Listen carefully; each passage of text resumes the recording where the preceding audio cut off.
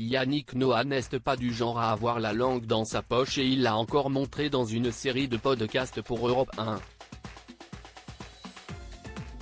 L'ancien tennisman, désormais chanteur à succès s'est lâché en parlant d'un télécrochet de TF1, très populaire dans les années 2000.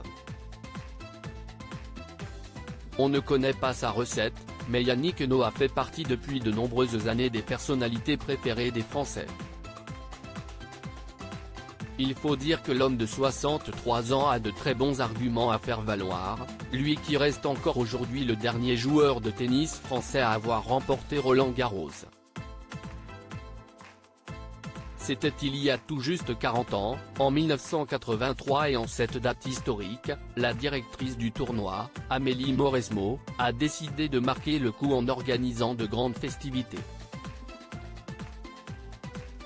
Star de la journée, l'ancien sportif a offert un concert devant une foule conquise dans laquelle se trouvaient notamment 3 de ses 5 enfants, Joachim, Jeunet et Joa Lucas.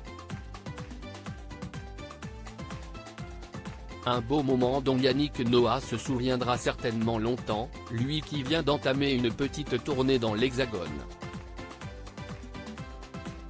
Après sa brillante carrière de tennisman, l'ex d'Isabelle Camus s'est tourné avec succès vers la musique et on ne compte plus ses tubes.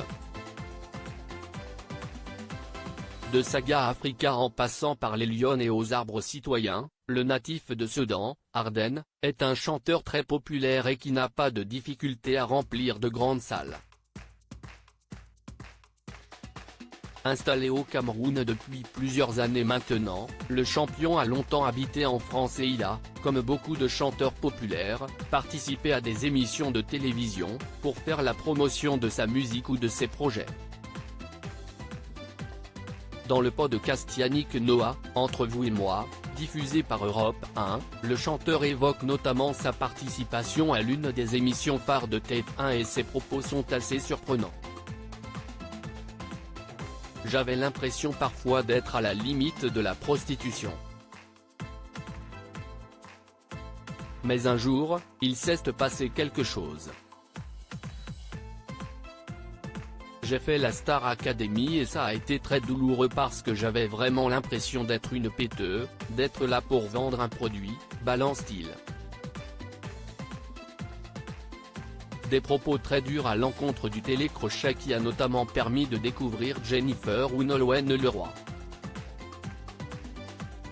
Venu notamment pour défendre et faire parler des associations qu'il soutient, Yannick Noah a eu des retours positifs après son passage, notamment de la part d'enfants malades de l'hôpital Necker. Du coup la Star Academy, que j'ai refaite après, j'avais une raison de la faire. Ça donnait un sens à tout ça, conclut joliment l'artiste.